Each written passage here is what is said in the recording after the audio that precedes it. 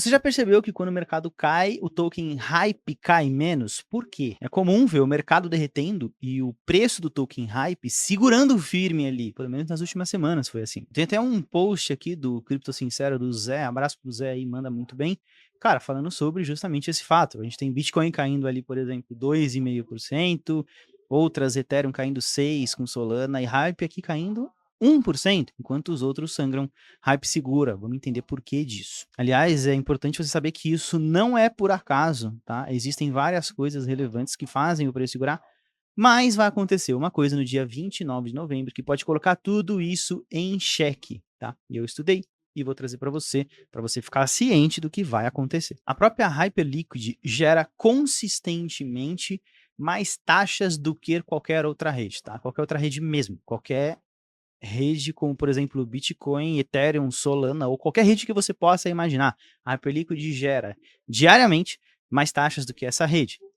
Eu tenho inclusive o dado aqui para mostrar para vocês. Vocês vão ver aqui que mais um dia se repete e a Hyperliquid continua em primeiro em relação a Top Chains by Fees, né? Ou seja, nas últimas 24 horas ela gerou ali quase 3 milhões de dólares só de taxas dentro do seu ecossistema. Só lembrando de separar aqui, tá? Existe Hyperliquid Core e existe o Hyper EVM, que é a rede Hyperliquid. A gente está falando aqui de Hyperliquid Core principalmente, tá bom? Para gerar esse número aqui. E além dessa comparação diária também, eu tenho aqui um dado que mostra a expansão de market share quando a gente vai somando todos os dias e traz esse histórico aqui de, por exemplo, o Ethereum dominando nos anos 2022 e 2023, perdendo um pouco de market share para Solana, um pouco de TRX também, tá? Mas a gente vê essa onda laranja começando aqui aproximadamente no final de 2024 e se expandindo. Essa aqui é a Hyperliquid, sugando cada vez mais market share, tá? Ou seja, o percentual dela hoje é mais ou menos 35% de todas as blockchains, né? É muita coisa mesmo. Esse tipo de resultado era esperado de um Bitcoin, de uma Ethereum, mas de uma Hyperliquid, cara, isso aqui surpreende. Esse valor absurdo gerado em taxas acontece principalmente porque a Hyperliquid é do setor de Perpdex. Vamos entender o que isso significa. Perp, no caso,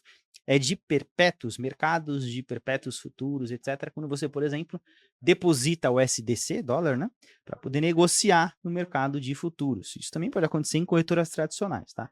Mas ela está no setor de corretoras descentralizadas, que é o DEX, aí no final desse Perpdex, e é justamente Decentralized Exchange. Então, ela é uma corretora descentralizada para você poder trocar tokens também, tá? Então, Perpdex é um setor que está gerando muita receita, a Hyperliquid está liderando esse setor. Quando eu fiz o roteiro, eu fiz uma conta aqui bem interessante, tá? Ela tinha gerado, durante o dia que eu fiz o roteiro, 8,15 bilhões de volume diário, tá? Então, no dia, gerou ali 8,15 bilhões de volume. E tinha gerado em taxas 2,1 milhões no dia, ou seja, 8,15 bi de volume, 2,1 mi de taxas geradas, e isso dá uma base, se a gente fizer uma continha, de mais ou menos 0,026, 0,025% de taxas cobradas em relação ao volume. Isso também significa que, para cada milhar de volume gerado, a corretora, no caso aqui a Hyperliquid, ganha 25 centavos, tá? De receita, no caso. E a receita mensal, com base nesses 2,1 milhões ao dia, daria os 63 milhões de dólares durante um mês inteiro. O que daria por ano um total de 766 milhões de dólares de receita. Eu acabei de falar de 2,1 milhões de dólares por dia, mas eu mostrei para vocês que hoje mesmo ela já bateu ali os 2,9 milhões por dia. Então essa conta aí tá arredondada um pouco para baixo. Percebam o nível de upside que a gente está falando aqui. E quando a gente fala de um retorno ali de 750 milhões de dólares de receita anual, ou quase que 1 bilhão, se a gente tirar uns 50%, 60%, por exemplo, de custo operacional, de marketing, de impostos, enfim, aí a gente passa por uns 300, 400 ou até 500 milhões de dólares de receita. Uma receita como essa, tão grande, coloca a Hyperliquid no top 5 mercados de corretoras descentralizadas ou não, né, no mundo, pelo menos em 2025, quando a gente fala de cripto. Isso é parecido com OKEx e Bybit nos seus dias vitoriosos, parecido com Coinbase em 2021 e 2022, então, cara, é muito relevante. E essa receita sólida ajuda todo o ecossistema da Hyperliquid a construir também uma solidez para o token Hype. Mas tem mais coisa, tá? O preço do token, atualmente, ele fica próximo de $36 e $40. Já chegou a ser mais, já chegou a ser menos. Com o preço de token, né, nessa faixa, e também com a quantidade de tokens total, a gente tem ali um FDV, na verdade um market cap, na faixa de 10 a 13 bilhões de dólares hoje, tá? Com os tokens que já foram emitidos. Então é mais ou menos essa magnitude do que a gente está querendo dizer aqui do token Hype. Mas tem uma coisa muito interessante que, na minha opinião, é aí sim o principal fator que virou essa chave e começou a trazer uma solidez para o preço do token de Hype, que é o buyback. Buyback, no cenário que a gente está discutindo hoje aqui no vídeo, ele é um movimento que o projeto faz de recomprar os seus próprios tokens a mercado. E várias empresas do mercado de cripto começaram a adotar esse sistema de buyback, ir lá no mercado e comprar os seus próprios tokens, usando, claro, né, uma receita que o projeto tem. São vários projetos que fizeram isso, tá? A Etena fez recentemente, enfim, eu vou trazer um dado para vocês. Deem uma olhada aqui. Agora a gente tem, então, a informação de, por exemplo, todos os buybacks que foram realizados por vários projetos, como a Hyperliquid, a PumpFun, Jupiter, Aerodrome, Sky, Aave, Etherfi, Radium e Etena também. A gente tem aqui o revenue analisado, né, o quanto que eles têm de receita aí por ano, tá? Anualizado no caso aqui. A Hyperliquid tem, por exemplo, 1,2 bilhão de receita, o que gera ali mais ou menos uns 100 milhões de receita mês, tá? PumpFun 400 milhões, Jupiter 300 e tudo mais, a gente tem vários projetos com receita absurda, mas o total de buyback que aparece aqui, tá, ele é bem discrepante, inclusive. A Hyperliquid comprou desde março, tá, 541 milhões de tokens, né, na verdade, de dólares em tokens Hype. Cara, isso é muito grande. Outros projetos também usaram grande parte dessa receita que a gente está vendo aqui analisada para comprar muitos tokens, tá? E isso acabou se repetindo em larga escala. Aqui a gente tem a mudança do preço do token desde o dia 1º de janeiro de 2025, como inclusive está dizendo aqui, tá? O preço do token Hype, ele teve uma alta ali de mais de 100%, né? 126%. Outros tokens performaram muito mal. O que isso significa? O buyback por si só, ele não explica esse resultado, tá bom? Então, é para se tomar cuidado também quando a gente acaba resumindo tudo em uma parada. É um conjunto de coisas, e é por isso que eu estou contextualizando para você. No caso da Hyperliquid, o buyback, ele tem sido muito importante, tá? Quando a gente fala de uma receita tão grandiosa como essa, acaba gerando sim um retorno, uma possibilidade de buyback muito importante, né? Um buyback ali no ano, né, desde março, de 540 milhões de dólares, é uma força compradora, que são 540 milhões de dólares comprando o token Hype a mercado. Então, sim, isso faz bastante diferença e isso eleva também o nível do token.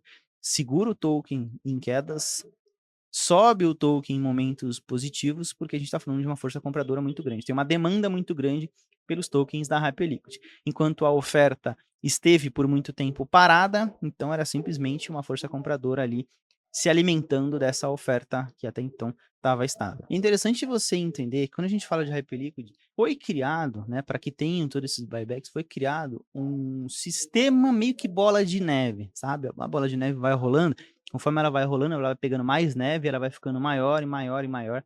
A Hyperliquid, ela funciona um pouco assim, num ciclo vitorioso, viciado, mas vitorioso, infinito, em que faz o projeto crescer cada vez mais e o seu token acaba usufruindo disso também. Como que funciona? Para poder fazer a compra desses tokens, desse buyback, eles estabeleceram um Assistance Fund, um fundo de assistência. E esse fundo de assistência, ele redireciona de 97 a 99% das taxas adquiridas pela Hyperliquid no processo de recompra. E esse processo de recompra gera uma demanda contínua para comprar cada vez mais e mais tokens. Ou seja, essa força regular compradora acaba mantendo o preço do token mais forte, porque muitos querem vender na queda, mas existe uma força ali segurando. E por que é uma bola de neve? Porque quanto mais usam o produto Hyperliquid, que é o produto de trades perpétuos e tudo mais, mais a gente tem geração de receita. Com mais geração de receita, a gente tem mais parte do fundo ali comprando no buyback. com mais parte do fundo comprando no buyback, mais o seu token acaba subindo, e isso gera um ciclo vicioso, cara, muito grande. E para parar essa bola de neve, algumas coisas podem acontecer, tá? Por enquanto não aconteceram, mas o que poderia vir a acontecer seria uma diminuição no uso do produto Hyperliquid, uma concorrente chegar e desbancar a Hyperliquid com um produto melhor, tá? Não é só isso, o produto melhor por si só não basta, ele precisa ter um efeito de rede, um alcance, uma logística, que a Hyperliquid conquistou por ser uma das primeiras e, quando foi uma das primeiras, uma das melhores. E claro, apesar de ter algumas concorrentes, eu vejo isso como uma coisa muito difícil de acontecer. A Hyperliquid perder esse market share agora, porque algo surgiu diferente, enfim. A gente vê, por exemplo, a Ethereum como um excelente ecossistema, mas com algumas dificuldades em preço de taxas pagas, em custo, né, e também em velocidade. Ela não tem a melhor tecnologia, mas ela conquistou um efeito de rede por ter chegado primeiro muito relevante, né. A gente acaba usando a Ethereum de certa forma, se inventou inclusive as Layer 2, porque o problema não era tão facilmente solucionável na própria Ethereum, tá. Mas perceba que não ser a melhor rede não fez tanta diferença quanto, por exemplo, um efeito rede, algo que a Hyperliquid conquistou na hora que você fala de trades. E não só isso, tá? Toda essa receita que aumenta e tudo mais, o próprio token se valorizando, também gera uma expectativa muito maior para o airdrop da Hyperliquid, que deve acontecer em meados de 2026, né? E eles já soltaram um primeiro airdrop, uma distribuição gratuita de tokens para vários usuários que acreditaram no projeto desde o início. Em 2026, isso acontecendo, também vai ser interessante. Agora a gente está falando de bilhões e bilhões de dólares que eles têm em mãos, destinados, né, na pizza lá, dos tokens. Uma parte ali, um pedaço da pizza, está destinado claramente para ser entregue aos seus usuários. Então, cara, fica um cenário bem interessante. Quanto mais o token sobe, maior fica o airdrop, né? Então gera um efeito manada, uma bola de neve, como eu falei, muito, muito relevante, que acaba trazendo a Hyperliquid para o cenário cada vez mais e mais forte. Mas como eu falei, não está perto de acontecer uma quebra desse sistema de crescimento, com essa bola de neve, em que pessoas vão, por exemplo, parar de usar o seu produto. Mas tem uma coisa que pode acontecer, que é um risco iminente aí no ecossistema da Hyperliquid e para o seu token Hype, agora para final de novembro, no dia 29. Você precisa entender o que vai acontecer. Agora a gente vai falar um pouquinho, então, do desbloqueio de tokens, algo iminente que está próximo de acontecer no ecossistema da Hyperliquid. Quando a gente tem o TGE, o Token Generation Event, o evento de geração do token, de criação do token do zero, né, do nada ali. No caso, por exemplo, da Hyperliquid, uma parte foi para airdrop, uma parte foi para VCs, na verdade não teve, né, mas teve uma parte para o time, e teve uma distribuição ali, né, quando você vai separando os pedaços da pizza para várias frentes diferentes. Uma dessas frentes foi a frente do time, que acabou recebendo uma alocação de token hype também, bem relevante inclusive. Acontece que essa parte que foi entregue ao time, ela não foi entregue com a liberdade de se vender imediatamente, e sim com uma trava, que a gente chama de vesting. Esse vesting é um lock, né? É uma trava que impede quem está com o vesting de vender os tokens a que você tem direito, e que esses tokens acabam sendo entregues, essa alocação prometida acaba sendo entregue e liberada para quem tem, né, esse direito em um prazo futuro. E no caso da Hyperliquid, isso vai acontecer num movimento muito grande de liberação, desbloqueio de tokens, agora no dia 29 de novembro. Até lá, né, os tokens ficam bloqueados, né, e eles não podem ser gastos, usados, transferidos, movidos e etc. Mas como está muito próximo da data, a gente começa a ver o ecossistema se movimentar e trazer as perguntas, né? O que vai acontecer depois desse desbloqueio? Ou seja, tokens que estavam inacessíveis e que todo mundo sabia que estava inacessível, porque é blockchain, né, isso é público, eles passarão a estar compondo o mercado ativo, um mercado que pode ser negociado. Então, mais tokens estarão na oferta, veja só. E quando a gente faz as contas, né, o ponto agora é que a gente tem 238 milhões de tokens hype a serem desbloqueados. Isso representa mais ou menos ali uns 24% de todos os tokens hype existíveis, se existe essa palavra, tá? Do mercado de cripto, né? Então, não vai ter mais que isso. 24% eles estão sendo agora, né, destinados para uma liberação, que eles estavam alocados para o time e agora eles vão ser liberados. Então a gente vai ter um aumento de oferta muito relevante. Só para ficar claro, inclusive, o aumento de oferta não é de 24%, ele é maior, porque não serão todos os tokens a partir de agora 100% dos tokens que estarão disponíveis como oferta. Tem alguns tokens que ainda continuarão bloqueados, inclusive esse vesting, né? Esse lock, essa incapacidade de vender, ela não vai ser liberada de uma vez. 24%, pá, de uma vez liberado, agora os caras podem fazer o que quiser. Existe um prazo e ele vai sendo picadinho, né, entregue para os usuários, desbloqueado para os usuários. Eu até tenho informação aqui para mostrar para vocês visualizarem melhor.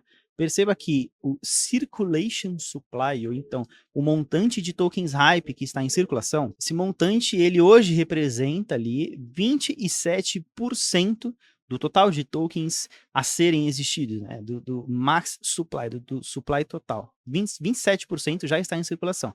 Eu acabei de falar que 24% vai ser liberado, ou seja, basicamente a gente está falando de, com este movimento, dobrar a quantidade de tokens de circulação. Basicamente é mais ou menos isso, tá? O total de tokens realmente vai ser esse aqui, né, de 1 bi, tá? Mas agora 238 mil vão ser liberados em um prazo maior, tá? Mas vão startar a liberação a partir de agora, no dia 29 de novembro, tá bom? Inclusive tem aqui a amostra dos unlocks, ó, no dia 29 de novembro começa esses unlocks, essas liberações.